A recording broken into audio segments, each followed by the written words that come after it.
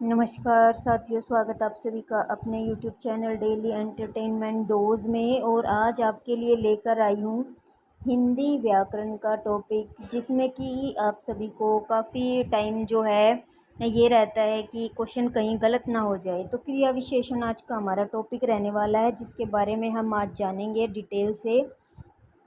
तो यहाँ पर आज हम समझेंगे कि क्रिया विशेषण किसे कहते हैं, इसके भेद और उसके उदाहरण हम आज हम इस वीडियो में करेंगे। क्रिया विशेषण से संबंधित जो है हर कॉम्पिटिटिव एग्ज़ाम में 1 से 2 क्वेश्चन देखने के लिए मिलते हैं कि और उन क्वेश्चंस को हम गलत कर देते हैं, जो कि बहुत ही आसान होते हैं। कारण ये रहता है कि हमें कॉन्सेप्ट क्लियर नहीं होता और हम उसमें गलती कर देते हैं। तो आइए शुरू करते हैं आज की वीडियो। तो आज का जो सबसे पहले हम समझेंगे क्रिया विशेषण किसे कहते हैं। तो जब कोई भी क्रिया की विशेषता बताते हैं, तो क्रिया पहले जानेंगे क्रिया होती क्या है। तो किसी काम का करना या होना क्रिया कहलाती है। तो क्रिया विशेषण उन शब्दों को कहते हैं जो किसी क्रिया यहाँ पर जो किसी क्रिया की विशेषता बताते हैं। ठीक है बेटा। जो ये शब्द क्रिया के होने के ढंग को, समय को, स्थान को, मात्रा या कारण आदि के बारे में जानकारी हमें देते हैं।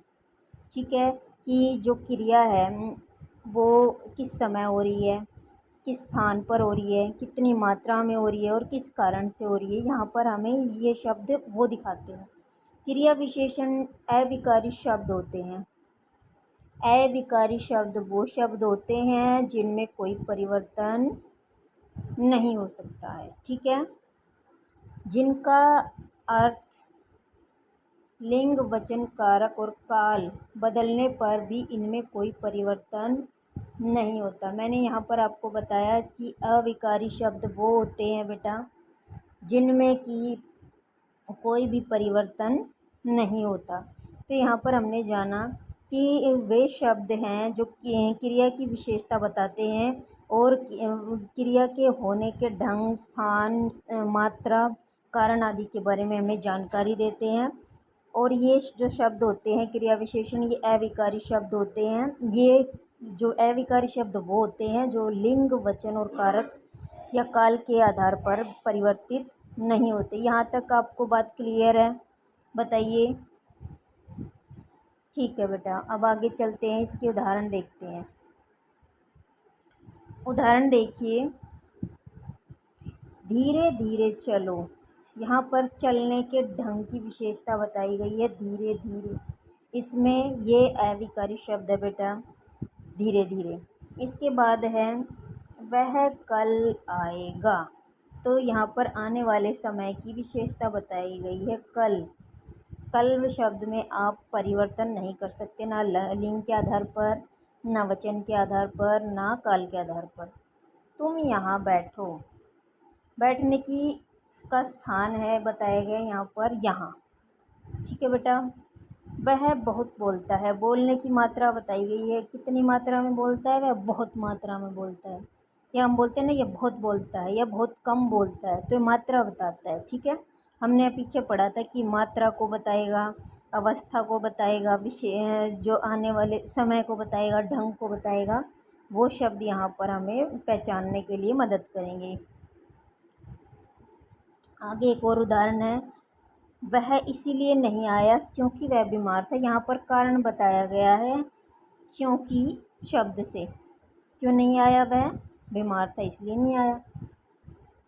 इसके बाद है हमारा क्रिया विशेषण के भेद हैं। अर्थ के आधार पर क्रिया विशेषण के मुख्य रूप से 4 भेद है बेटा।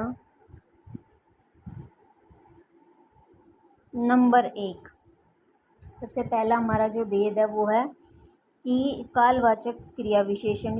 ये क्रिया के होने के समय के बारे में बताते हैं। किस बारे में बताते हैं बेटा? क्रिया के किस समय पर हो रही है।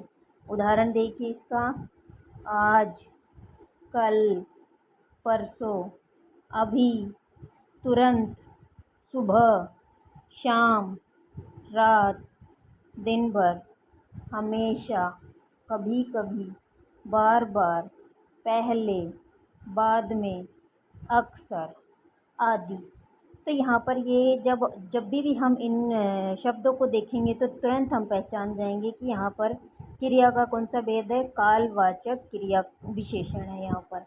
तो ये शब्द आपको अच्छे से याद कर लेने हैं ताकि आपको समय ना बर्बाद हो आपका और आप आसानी से इसको कर सकें। इसके बाद देखिए बेटा, जो हमारा अगला उदाहरण है वो है स्थानवाचक क्रिया विशेषण। तो यहाँ पर ये क्रिया के होने का स्थान बताते हैं हमें कि किस स्थान पर क्रिया हो रही है।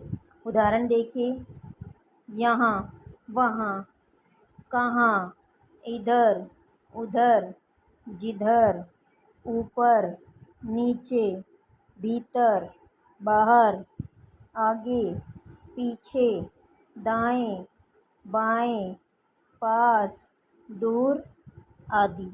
तो ये शब्द जहाँ भी आपको दिखेंगे आप पहचान जाएंगे तुरंत कि यहाँ पर स्थानवाचक क्रिया विशेषण है।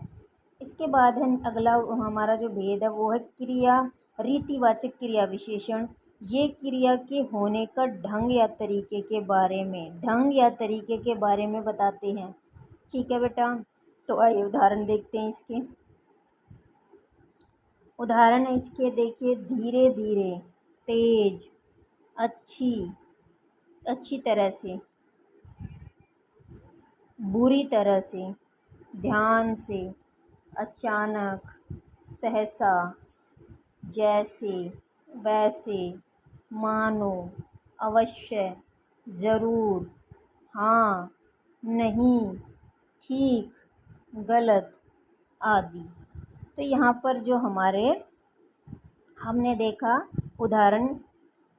इसके बाद जो है हमारा अगला भेद है वो है परिमाणवाचक। तो परिमाणवाचक जो हमारी जो क्रिया विशेषण है, यहाँ पर क्रिया की मात्रा या परिमाण के बारे में बताया जाता है। जैसे कि देखिए उदाहरण, थोड़ा, बहुत, अधिक, कम, ज़्यादा, उतना, जितना, काफ़ी, पर्याप्त, लगभग, बिल्कुल, थोड़ा थोड़ा, कम ज़्यादा आदि।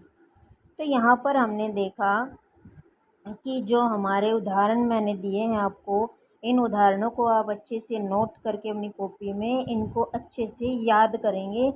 एक दो बार आप इनको जब रिपीट करेंगे तो आपको अच्छे से ये लर्न हो जाएंगे और इन शब्दों को देखकर आप आसानी से क्रिया विशेषण का जो है क्रिया विशेषण का भेद आसानी से पता कर सकेंगे और आपका जो मार्क्स है वो नहीं कटेंगे।